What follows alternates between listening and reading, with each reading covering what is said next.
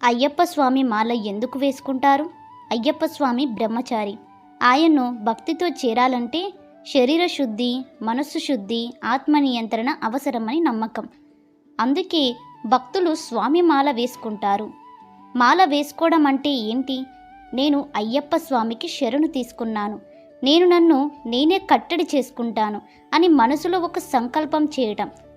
సత్యంగా ఉండటం, కోపం, అసూయ, అహంకారం తగ్గించడం, మాంసాహారం, మద్యం వదలడం, బ్రహ్మచార్యం పాటించడం, అందరినీ సమానంగా చూడటం.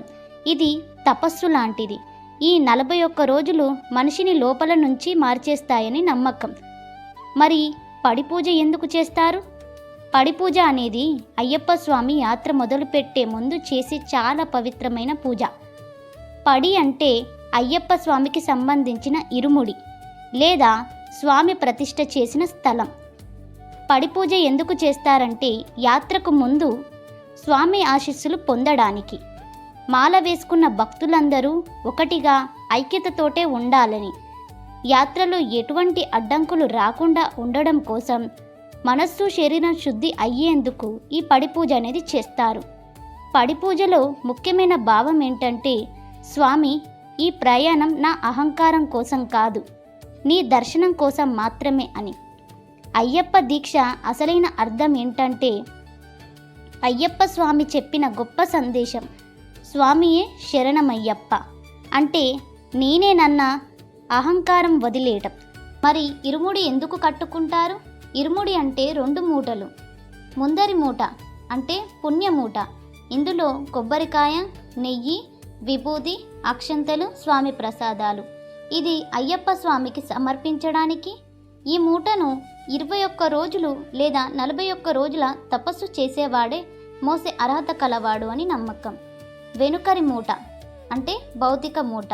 ఇందులో భక్తుడి అవసరాలకు సరిపడే వస్తువులు, ఆహారం, బట్టలు ఉంటాయి. దీని అర్థం ఏంటంటే, నా అవసరాల కంటే ముందుగా స్వామి, దైవ సేవ ముందు, నా సౌఖ్యం తరువాత. అందుకే ఇరుముడి మోసే ముందు తలపై పెట్టి నమస్కారం చేస్తారు.